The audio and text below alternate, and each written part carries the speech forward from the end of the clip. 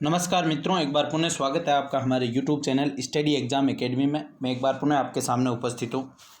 सबसे पहले मैं आपको शुभकामनाएं देता हूँ कि आज का दिन आपका सर्वश्रेष्ठ दिन हो।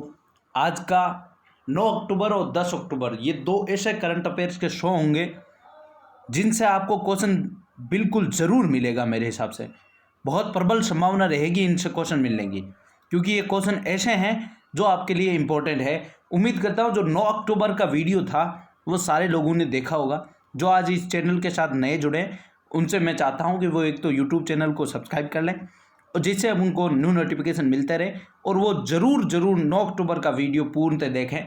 वैसे एक मैं इस संडे को एक स्पेशल टॉपिक ला रहा हूं भैया, जो भी आज तक के नोबेल पुरस्कार मिले हैं 2020 के, एक साथ उनको करवाने की कोशिश करूँगा जिससे कि आपको वो एक साथ मिल जाए। दूसरी बात, उनका रिकॉल हो जाए। चलिए, ये करवाने की मैं कोशिश ज़रूर करूँगा इस संडे को, पक्की बात हो गई हमारी। चलिए मित्रों, आज का ये सेशन स्टार्ट करता हूँ। सबसे पहले जिन्होंने ये चैनल को सब्सक्राइब नहीं किया है वो चैनल को सब्सक्राइब कर लें, और जो वीडियो आज डेली देख रहे हैं उनसे उम्मीद करता हूँ वो डेली देख रहे होंगे और अपनी तैयारी को मजबूत कर रहे होंगे, अपने सिलेक्शन के पास जा रहे होंगे, क्योंकि ये करंट अफेयर्स बहुत इंपॉर्टेंट रोल अदा करेगी आपके सिलेक्शन में। पहला क्वेश्चन है, फोर्ब्स लिस्ट के अनुसार सबसे अमीर भारतीय व्यक्ति कौन है? भैया एक ये हो सकते हैं हमारे मुकेश अंबानी। इनकी कंपनी का नाम याद रखें, रिलायंस जियो। और रिलायंस जियो में अभी हाल ही मैंने एक क्वेश्चन करवाया था कि जो केकेआर टीम थी, रिलायंस इंडस्ट्री की एक कंपनी का वो अलग से एक पोर्टल था जिससे कि उन्होंने क्या किया है, साझेदारी की है। वो आपको ज़रूर बताना है कितना % की साझेदारी केकेआर ने की है। चलिए क्वेश्चन पे आते हैं। फोर्ब्स लिस्ट के अनुसार सबसे अमीर भारतीय कौन है? मुकेश अंबानी। इनकी संपत्ति बताऊं मैं आपको तो 89 यानी 89 अरब डॉलर। कितनी है भैया? 89 अरब डॉलर। कितनी है? नोट कर लें, 89 अरब डॉलर। और ये लगातार 13वीं साल सबसे अमीर भारतीय व्यक्ति बने। लगातार 13वीं साल किसी व्यक्ति ने सबसे अमीर पद का धारण कर रखा है, वो है मुकेश अंबानी। दूसरे पे है गौतम अडानी, तीसरे पे है शिव नादर। भैया दूसरे पे गौतम अडानी जिनका 25 अरब डॉलर यानी 25 अरब डॉलर की संपत्ति है, यानी उनसे लगभग 3.5 गुना मुकेश अंबानी की संपत्ति है। 3 नंबर पर शिव नादर है जिनकी संपत्ति है भैया 20 अरब डॉलर। अब यहाँ से एक क्वेश्चन इंपॉर्टेंट वो आ सकता है कि भारत की सबसे अमीर महिला कौन है? ये जरूर याद रखें, सावित्री जिंदल। नोट करें, सावित्री जिंदल भारत की सबसे अमीर महिला है। देखें, ये चीज नोट कर ले भैया सारे लोग। जितना ये इंपॉर्टेंट नहीं है ना, उतना इंपॉर्टेंट ये क्वेश्चन है। यदि आपका क्वेश्चन एग्जाम में आया, सीधा छपेगा, फोर्ब्स लिस्ट के अनुसार भारत की सबसे अमीर महिला कौन है? तो सावित्री जिंदल। और जिनका यदि भारत में स्थान देखूं तो उनका स्थान बनता है भैया 19वां स्थान, 19th स्थान पर है वो सावित्री जिंदल, जो कि भारत की सबसे अमीर महिला है। उम्मीद करता हूँ ये क्वेश्चन आपको समझ आया। यदि आपको समझ आ रहा है भैया तो आप कमेंट करते चले और बताते चले कि आपको वीडियो कैसा चल रहा है, आपकी तैयारी कैसे चली है। आपको कुछ मैंने 20-25 दिन हमारे हो चुके हैं इस वीडियो करंट अफेयर्स के लेके, तो मैं उम्मीद करता हूँ 20-25 दिन में आपकी कुछ ना कुछ जानकारी गेन हुई होगी, कुछ ना कुछ जानकारी आपके बढ़ी होगी। ये आपको कमेंट बॉक्स में कमेंट करना है। कमेंट करने में ना शर्माए, सभी को बोलता हूँ कमेंट जरूर करना चाहिए, जिससे हमारा हौसला अफजाई होता है भैया। हमें पता चलता है कि हाँ, जो मेहनत हम कर रहे हैं वो सही दिशा में है। चलिए मित्रों, सेकंड क्वेश्चन एकदम स्टार लगा ले इस पर। विश्व आर्थिक मंच की 2021 की बैठक कहाँ होगी? बहुत इंपॉर्टेंट है भैया। विश्व आर्थिक मंच यानी WEF, world economic forum. Full form क्या है? वर्ल्ड इकोनॉमिक फोरम या विश्व आर्थिक मंच। वैसे तो इसकी जो बैठक होती है वो होती है भैया दावोस में। कहाँ होती है? दावोस में। यदि पूछे आपसे क्वेश्चन यहाँ इसकी 50वीं बैठक या 2020 में जो बैठक हुई वो कहाँ हुई? दावोस में हुई, जो कि जनवरी 2020 में हुई। कहाँ हुई भैया? जनवरी 2020 में। इसकी कौन सी बैठक थी? 50वीं बैठक, जो कि कहाँ हुई? दावोस में। देखें, यहाँ 2021 का मैंने क्वेश्चन में पूछा है, तो इस क्वेश्चन का मैं आंसर पूछूं आपसे तो आपको क्वेश्चन का आंसर क्या लगाना है वो समझे। इस क्वेश्चन का आंसर होगा ल्यूसर्न। ल्यूसर्न कहाँ है? स्विट्जरलैंड। ये जो तीनों शब्द लिखे हैं ये तीनों के तीनों इंपॉर्टेंट है, और तीनों के तीनों में से 2 क्या हैं? ये स्विट्जरलैंड में, और सेंट पीटर्सबर्ग कहाँ है भैया? रूस में। अभी बताऊंगा सेंट पीटर्सबर्ग क्यों हमारे लिए इंपॉर्टेंट है। क्वेश्चन पे आते हैं। विश्व आर्थिक मंच की 2021 की बैठक ल्यूसन में होगी, जो कि सामान्यतः कहाँ होती है, दावोस में होती है, लेकिन इस बार ल्यूसन में होगी। कौन सी नंबर की है, 51 नंबर की, 51वीं नंबर की, जो कि ल्यूसन में होगी। देखिए WEF की बात आई है, इसकी स्थापना 1971 में होती है और इसका हेडक्वार्टर कहाँ है भैया, कोलोगनी स्विट्जरलैंड में है, स्विट्जरलैंड में, लेकिन शहर अलग है, कौन सा है, कोलोगनी। अब मैंने कहा ये सेंट पीटर्सबर्ग भी आपके लिए इंपॉर्टेंट है भैया। सेंट पीटर्सबर्ग कहाँ है, रूस में है। मैंने बताया था जब ब्रिक्स में पढ़ा रहा था आपको, जो हमने एक क्वेश्चन बनाया था, मैंने अंतर्राष्ट्रीय संस्थाओं से जुड़ा हुआ, जब मैं ब्रिक्स संस्था आपको पढ़ा रहा था तो मैंने समझाया था अच्छी तरीके से कि ब्रिक्स 2020 का जो सम्मेलन था या बैठक थी वो सेंट पीटर्सबर्ग में होनी थी, जो कि क्या होगी, स्थगित हो गई। कल एक क्वेश्चन और आएगा आपके सामने, उस क्वेश्चन में आपको कंफ्यूज नहीं होना है। मैंने कहा था 2021 की जो बैठक होगी वो वर्चुअल होगी, ब्रिक्स की मतलब ऑनलाइन होगी, लेकिन 2020 की बैठक कहाँ होनी थी भैया, सेंट पीटर्सबर्ग। सीधा सीधा क्वेश्चन छपेगा, ब्रिक्स की 2020 की बैठक कहाँ होनी थी, सेंट पीटर्सबर्ग में। और WEF यानी वर्ल्ड इकोनॉमिक फोरम की 2021 की 51वीं बैठक कहाँ होगी, ल्यूसर्न स्विट्जरलैंड में होगी। मित्रों उम्मीद करता हूँ ये क्वेश्चन आपको अच्छे से समझ आया होगा, कंफ्यूजेबल ना रहे, क्वेश्चन इंपॉर्टेंट है। चलिए मित्रों नेक्स्ट क्वेश्चन। हाल ही में अश्विनी कुमार, बहुत चर्चित नाम है अश्विनी कुमार, अश्विनी कुमार का निधन हुआ है, का संबंध है। ये कौन थे भैया, एक राजनेता थे, मतलब ये एक कद्दावर नेता थे भैया, बहुत इनका कद था अपनी राजनीति में।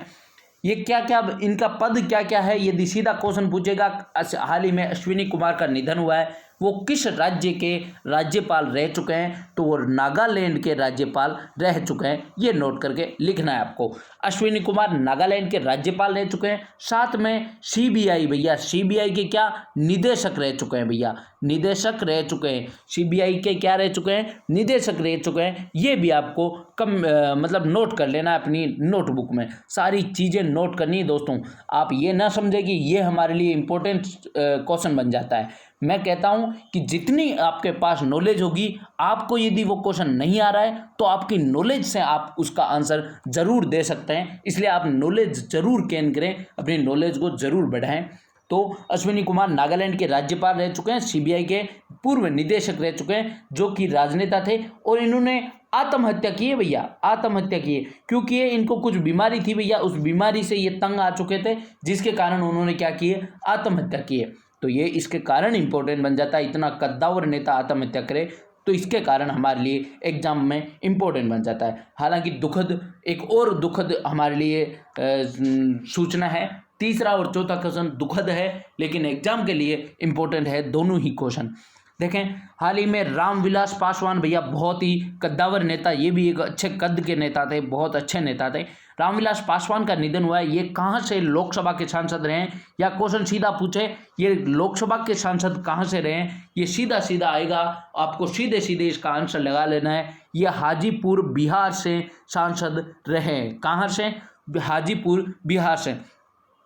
ये कुल 11 बार सांसद रह चुके हैं भैया, बहुत इंपॉर्टेंट है। रामविलास पासवान की प्रत्येक बात आप नोट करें, मैं बोल रहा हूं आपको नोट करते चलनी है। रामविलास पासवान 11 बार क्या रह चुके हैं भैया, सांसद रह चुके हैं, जिसमें से 9 बार सांसद उन्होंने लोकसभा में सांसद रहे, जबकि 2 बार सांसद राज्यसभा में रहा। 9 बार कहाँ रहे, लोकसभा में रहे, जबकि 2 बार राज्यसभा में सांसद रहे। अभी ये वर्तमान में कौन से मंत्री थे, ये आपको 3, 4, 5 स्टार लगा के बात लिख लेनी है।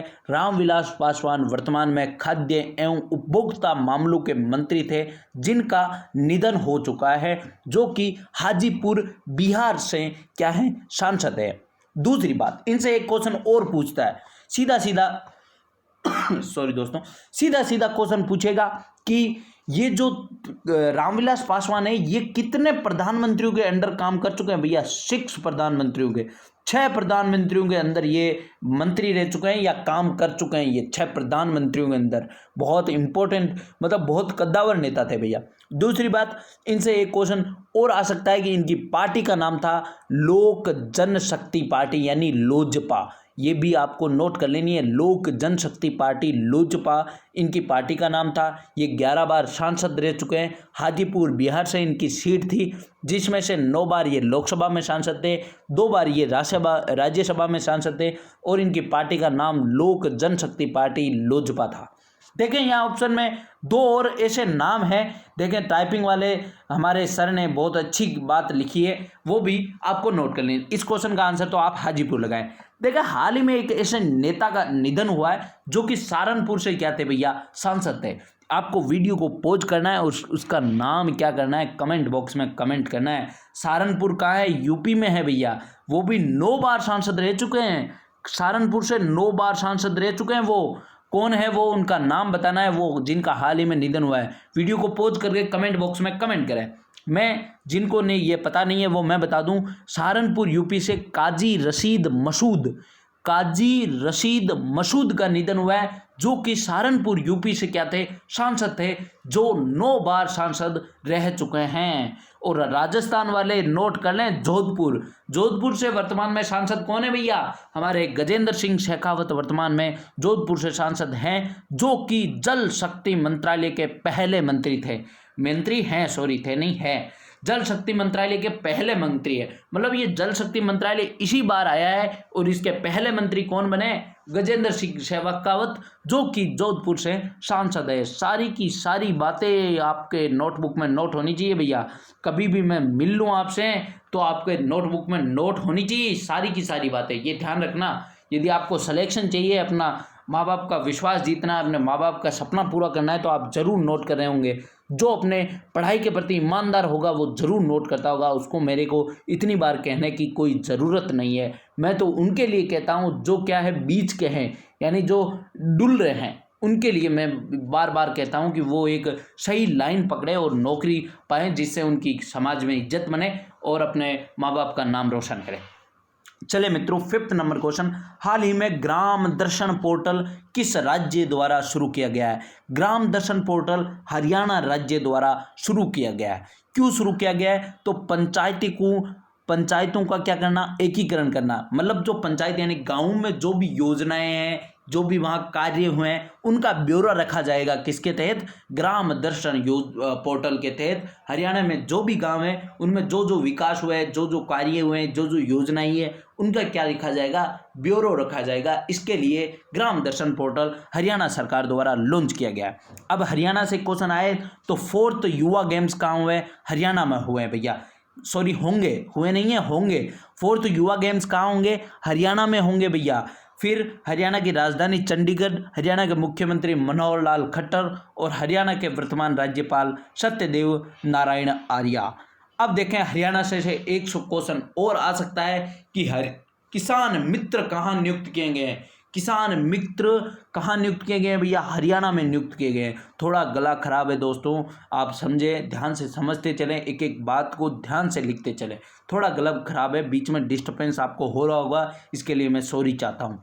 तो किसान मित्र हरियाणा में नियुक्त किए गए, स्वास्थ्य मित्र राजस्थान में नियुक्त किए गए और आरोग्य मित्र आंध्र प्रदेश में नियुक्त किए गए। सारी की सारी बातें ये नोट होनी चाहिए, बार बार रिपीट करवा रहा हूँ। सीधा क्वेश्चन छपेगा, आपको सीधा सीधा आंसर दे देना है। चलिए मित्रों, आज का 6th नंबर क्वेश्चन, हाल ही में नागर विमानन सुरक्षा ब्यूरो BCAS का महानिदेशक किस लिए नियुक्त किया गया है। एक और इम्पोर्टेंट क्वेश्चन, हालांकि मैंने वीडियो पहले स्टार्ट करने से पहले भी कहा था कि ये 10 के 10 क्वेश्चन आपकी नोटबुक में छपे हुए होने चाहिए, सारे के सारे आपके दिमाग में छपे हुए होने चाहिए। चलिए, नागर विमानन सुरक्षा ब्यूरो का महानिदेशक MA गणपति को नियुक्त किया गया है। अब देखें, ध्यान से समझें। MA गणपति वर्तमान में नागर विमानन सुरक्षा ब्यूरो के क्या है, महानिदेशक हैं, जो किन की जगह लेंगे, राकेश अस्थाना की जगह लेंगे। यानी राकेश अस्थाना इसके पूर्व महानिदेशक थे। लेकिन हुआ क्या, इन राकेश अस्थाना और MA गणपति, जो ऑप्शन में देखें टाइपिंग वाले दोस्तों, टाइपिंग वाले सर ने क्या लिखा है, दोनों के बीच में ही लिखा है उषा पारे को, और दोनों के बीच में ही क्या बनी थी, इस BCAS की महानिदेशक उषा पारे बनी थी, जो कि थी कार्यवाहक महानिदेशक पूछे आपसे, किसका? नागर विमानन सुरक्षा ब्यूरो का कार्यवाहक यदि महानिदेशक पूछे तो वो थी उषा पारे। वो राकेश अस्थाना और एम.ए. गणपति के बीच में महानिदेशक बनी थी, जो कि पहली महिला भी थी भैया, पहली महिला भी थी। हाल ही में मैंने राकेश अस्थाना का एक और क्वेश्चन बताया है कि बीएसएफ के वर्तमान महानिदेशक राकेश अस्थाना को नियुक्त कर दिया गया। अब यहाँ नागर विमानन सुरक्षा ब्यूरो की बात आई है तो इसकी स्थापना 1987 यानी 1987 में हुई है। ये भी आपको बात नोट कर लेनी है। मैंने कहा यहाँ ऑप्शन में बीच में उषा पारे है, तो इन दोनों के बीच में ही उषा पारे रही है कार्यवाहक महिला निदेशक, महानिदेशक। चले मित्रों, एक और इम्पोर्टेंट क्वेश्चन, हाल ही में मोर बिजली ऐप किस राज्य द्वारा शुरू किया गया है? भैया ये छत्तीसगढ़ बहुत अच्छा काम कर रहा है। छत्तीसगढ़ राज्य द्वारा मोर बिजली ऐप लॉन्च किया गया है। इसका उद्देश्य क्या है? जो भी बिजली की इमरजेंसी होगी, यानी जो ऐसे स्थान जहाँ पे क्या हो, सामाजिक स्थान हो, जो प्राइवेट मतलब सामाजिक एक ऐसे स्थान जहाँ पे समाज का मिलना जुलना रहे, यानी जहाँ समाज सर्वाधिक व्यस्त रहे, यानी इमरजेंसी के स्थान पर बिजली की इमरजेंसी होने पर उसकी शिकायत दर्ज की जाएगी इस मोर बिजली ऐप में। यानी जहां बिजली की कोई भी समस्या हो, इस मोर बिजली ऐप में उसकी शिकायत दर्ज की जाएगी। छत्तीसगढ़ की बात आई है, छत्तीसगढ़ की राजधानी रायपुर, एक वहाँ स्थान है नया रायपुर, जिसका नया नाम हो चुका है अटल नगर। ये भी मैंने आपको जरूर बताया है। उसकी राजधानी रायपुर है, एक स्थान है नया रायपुर, जिसका नया नाम अटल नगर हो गया। छत्तीसगढ़ के वर्तमान सीएम भूपेश बघेल है, वर्तमान राज्यपाल अनुसुईया उइके है, और वहाँ गोधन न्याय योजना, पढ़ई त्वरा पारा योजना और रक्षा सर्व ऐप वहाँ लॉन्च किए गए हैं। ये तीनों भी आपको नोट कर लेना है। गोधन न्याय योजना या पढ़ई त्वरा पारा योजना या आपसे पूछे रक्षा सर्व ऐप, ये सारे के सारे छत्तीसगढ़ से संबंधित है। सारी बातें आपको नोट करते चलना है, ऐसा नहीं कि आपको नोट नहीं करना है। यदि आपको स्पीड ज़्यादा लगे तो होता क्या है, यूट्यूब ने एक सुविधा दे रखी है कि वो स्पीड कम करके भी आप पढ़ सकते हैं और वीडियो को पॉज करके भी आप पढ़ सकते हैं, दोबारा भी पढ़ सकते हैं, जिससे कि आपको याद होता रहे। चले मित्रों, नेक्स्ट क्वेश्चन हमारा 8th नंबर क्वेश्चन, एक और ऐसा क्वेश्चन जो कि इम्पोर्टेंट है। विश्व डाक दिवस कब मनाया जाता है? विश्व डाक दिवस कब मनाया जाता है? तो भैया 9 अक्टूबर को विश्व डाक दिवस मनाया जाता है। देखिए 7 अक्टूबर को मैंने करवाया था विश्व कपास दिवस, 5 अक्टूबर को विश्व शिक्षक दिवस, वैसे ही 9 अक्टूबर को विश्व डाक दिवस मनाया जाता है। अब देखें मनाया क्यों जाता है, इसका कारण हम बताते हैं भैया। 1874 में बर्न, कहाँ? बर्न, ये कहाँ है भैया? बर्न है स्विट्जरलैंड में। देखिए स्विट्जरलैंड आज हमारे सब्जेक्ट में बहुत इंपॉर्टेंट रोल अदा कर रहा है, बहुत बार नाम आ चुका है। तो 1874 में बर्न स्विट्जरलैंड में यूनिवर्सल पोस्टल यूनियन की स्थापना की गई थी। उसकी याद में 9 अक्टूबर को विश्व डाक दिवस मनाया जाता है। पुनः सुने, 9 अक्टूबर 1874 को बर्न स्विट्जरलैंड में यूनिवर्सल पोस्टल यूनियन की स्थापना की गई, जिसकी उपलक्ष्य में 9 अक्टूबर को विश्व डाक दिवस मनाया जाता है। अब यहाँ मैंने एक नाम बोला, यूनिवर्सल पोस्टल यूनियन, ये करता क्या है? यूनिवर्सल पोस्टल यूनियन, यूपीयू, बताइए दोस्तों ये क्या करता है, मैं बता दूं आपको। ये संचार क्रांति का कार्य करता है। संचार क्रांति मतलब ये एक दूसरे के जो विचार होते हैं उनको डाक या किसी भी संचार के माध्यम के द्वारा क्या करना, साझा करना, एक दूसरे से साझा करना, उसका कार्य कौन करता है? यूनिवर्सल पोस्टल यूनियन यानी यूपीयू करता है, जिसकी स्थापना 1874 में बर्न स्विट्जरलैंड में हुई। 9 अक्टूबर में होने के कारण विश्व डाक दिवस मनाया जाता है। अब यहाँ से एक क्वेश्चन जो कि इम्पोर्टेंट बन सकता है, इसमें भारत कब सदस्य बना? तो 2 साल बाद यानी 1876 को भारत इसका सदस्य बना। 1876 यानी 1876 को भारत इसका सदस्य बन चुका है। सारी की सारी बातें इंपॉर्टेंट है। ये इंपॉर्टेंट डे एंड डेट का ये क्वेश्चन था भैया, आपको याद रखना है। एक और ऐसा क्वेश्चन जो आपको सीधा का सीधा अपने एग्जाम में छपेगा भैया, देखें क्वेश्चन को समझे। हाल ही में मौद्रिक नीति समिति में निम्न में से किसे शामिल नहीं किया गया है? देखें मौद्रिक नीति समिति, इसके बारे में बाद में बताता हूँ, पहले क्वेश्चन पे आते हैं। तो इनमें से तरुण बजाज को नहीं शामिल किया गया है। मतलब मौद्रिक नीति समिति में आशिमा गोयल, शशांक भिड़े और जयंतार वर्मा को क्या किया गया है, शामिल किया गया है, इन तीनों को। अब देखें मौद्रिक नीति समिति की पोस्टमार्टम करते हैं भैया। इसका स्थापना 2016 में, कब हुई, 2016 में। इसमें कुल कितने सदस्य होते हैं, 6 सदस्य, जिनमें से 3 सदस्य आरबीआई के होते हैं, 3 सदस्य सरकार नियुक्त करती है। और जो 3 सदस्य सरकार नियुक्त करती है वो है आशिमा गोयल, शशांक भिड़े और जयंतार वर्मा। ये तीनों सदस्य 4 साल के लिए नियुक्त होते हैं। कितने साल के लिए, 4 साल के लिए। अब जो अन्य 3 सदस्य यानी आरबीआई के होते हैं, उनमें एक आरबीआई का गवर्नर होता है, एक आरबीआई का डिप्टी गवर्नर होता है, एक आरबीआई का अधिकारी होता है। चलिएगा, ये सारी बातें मैं उम्मीद करता हूँ नोट करना। मौद्रिक नीति 2016 में स्थापना 6 सदस्य होते हैं, 3 आरबीआई के, 3 सरकार नियुक्त करती है जो कि 4 साल के लिए होते हैं। उनमें वर्तमान में आशिमा गोयल, शशांक भिड़े और जयंतार वर्मा। देखें 2016 में इनकी स्थापना हुई, मतलब 2020 में क्या हो गया, उनको 4 साल हो गए, यानी वो क्या हो गए, रिटायर हो गए। उनकी जगह नए 3 व्यक्ति आ गए। जो 2016 से 20 तक सदस्य रहे उनका भी नाम इंपॉर्टेंट बन जाता है, क्योंकि वो पहले मौद्रिक सदस्य के सदस्य थे। उनमें नाम लिखे रविंद्र ढोलकिया, पम्मी दुआ और चेतन घाटे। इन 3 की जगह लेंगे ये तीनों। अब देखें यहाँ मौद्रिक नीति समिति करती क्या है, क्यों इसका निर्माण किया गया।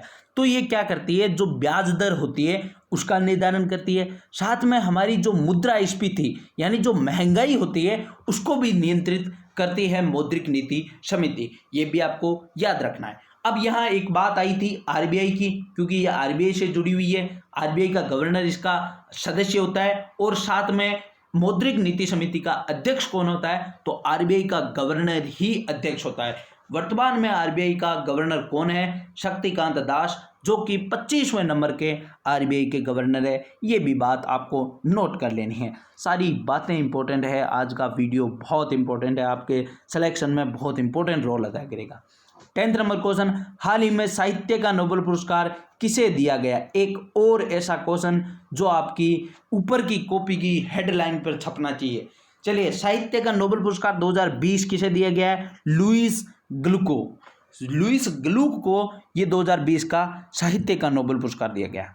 यहाँ 2 नाम और हैं। 2018 का किसे दिया गया, ओल्गा टोकारजुर को। 2019 का किसे दिया गया, पीटर हैंडके को। और 2020 का किसे दिया गया, लुईस ग्लुक को। तीनों क्वेश्चन आपके नोट कर लेना है। लुईस ग्लुक का संबंध किस देश से है, तो यूएसए से है। और पीटर हैंडके कहाँ के थे भैया, ये ऑस्ट्रिया के हैं। कहाँ के, ऑस्ट्रिया। ऑस्ट्रेलिया अलग है, ऑस्ट्रिया अलग है। ऑस्ट्रिया वो है जिसकी राजधानी क्या है भैया, वियना है। और लुईस ग्लुक का संबंध कहाँ से है, ये इनका संबंध यूएसए से है। अब ये लुईस ग्लुक को ये अवार्ड क्यों दिया गया है, इतना बड़ा अवार्ड इन्हें क्यों दिया गया है, तो इसके बारे में जानते हैं। भैया इन्हें अवार्ड दिया गया है इनकी सटीक काव्यात्मक अभिव्यक्ति। सटीक काव्यात्मक अभिव्यक्ति का मतलब क्या है, सटीक काव्यात्मक अभिव्यक्ति का मतलब है ये ऐसे काव्य लिखते हैं जिनको सारे लोग समझ सकते हैं, यानी सार्वभौमिक हो। जो क्या हो, सार्वभौमिक हो, यानी सारे लोगों को क्या आ जाए, समझ आ जाए। वो होते हैं सटीक काव्यात्मक अभिव्यक्ति, जिनके कारण इन्हें 2020 का लुईस ग्लुक को साहित्य का नोबेल पुरस्कार दिया गया है। ये क्या है, वर्तमान में पद क्या है, तो ये येल यूनिवर्सिटी है। येल क्या है भैया, येल यूनिवर्सिटी। येल यूनिवर्सिटी में क्या है, ये अंग्रेजी की प्रोफेसर है। किसकी, येल यूनिवर्सिटी में अंग्रेजी की प्रोफेसर है। और इन्हें 2020 का साहित्य का नोबेल पुरस्कार दिया गया है। इनसे जुड़ा हुआ एक और क्वेश्चन मैं आपको बता देता हूं। उनको 1993 यानी 1993 में इनकी एक रचना थी वाइल्ड आइरिस। पुनः नाम बोल रहा हूं, वाइल्ड आइरिस। यहाँ चर्चा में है, इसके कारण सीधा क्वेश्चन पूछ सकता है कि वाइल्ड आइरिस किसकी रचना है, तो वो लुईस ग्लुक की रचना है, जिन्हें 1993 में वाइल्ड आइरिस की वजह से पुलित्जर अवार्ड भी दिया गया है इनको। ये पत्रिका के क्षेत्र में बहुत बड़ा जो अवार्ड होता है पुलित्जर, ये भी आपको ध्यान रखना है भैया। पुलित्जर अवार्ड 1993 में वाइल्ड आइरिस की वजह से लुईस ग्लुक को दिया गया, जो कि वर्तमान में येल यूनिवर्सिटी में अंग्रेजी की प्रोफेसर है, जिन्हें 2020 का साहित्य का नोबेल पुरस्कार काव्यात्मक अभिव्यक्ति, सटीक काव्यात्मक अभिव्यक्ति के कारण दिया गया है। उम्मीद करता हूँ मित्रों आज का सेशन बहुत इंपॉर्टेंट सेशन, थोड़ा लंबा रहा लेकिन सारी बातें आपके लिए इम्पोर्टेंट है। कल मेरे कमेंट देखें कि सारे लोगों ने कहा कि हमें एक्स्ट्रा जानकारी चाहिए, तो इसके कारण वीडियो बड़ा बनाए। मैं एक्स्ट्रा जानकारी जितनी हो सकती है क्वेश्चन में वो देने की कोशिश करता हूँ। उम्मीद करता हूँ आपको 10 के 10 क्वेश्चन अच्छे से समझ आए होंगे। यदि कोई भी क्वेश्चन आपको समझ नहीं आया है तो आपको कमेंट बॉक्स में कमेंट कर देना है। अगले वीडियो में मैं ज़रूर उसे समझा दूंगा जिससे कि वो आपको समझ आ जाए, उसमें आपको कोई कन्फ्यूज़न नहीं रहे। तो ये मैं कामना आपसे करता हूँ। चलिए, एक और आपसे उम्मीद करता हूँ जिसने ये यूट्यूब चैनल सब्सक्राइब नहीं किया है वो सब्सक्राइब करेगा। दूसरी बात, जिसको ये वीडियो पसंद आया, जिसको इस वीडियो से कुछ भी नॉलेज मिला है, वो वीडियो को लाइक करेगा, शेयर करेगा और चैनल को सब्सक्राइब तो करना ही करना है। तीनों बातें आपको करनी है। चौथी बात होगी, उसको कमेंट भी करना है कि बताना है कि आपको ये वीडियो कैसा लग रहा है, अच्छा लग रहा है या नहीं। चलिए मित्रों, आज का ये सेशन यही समाप्त करते हैं। एक बार पुनः बोलता हूँ धन्यवाद। एक बार पुनः आपको शुभकामनाएं देता हूँ कि आज का दिन आपका सर्वश्रेष्ठ दिन हो। तो धन्यवाद दोस्तों। लास्ट में मैं बोलूँ जय हिंद, जय भारत।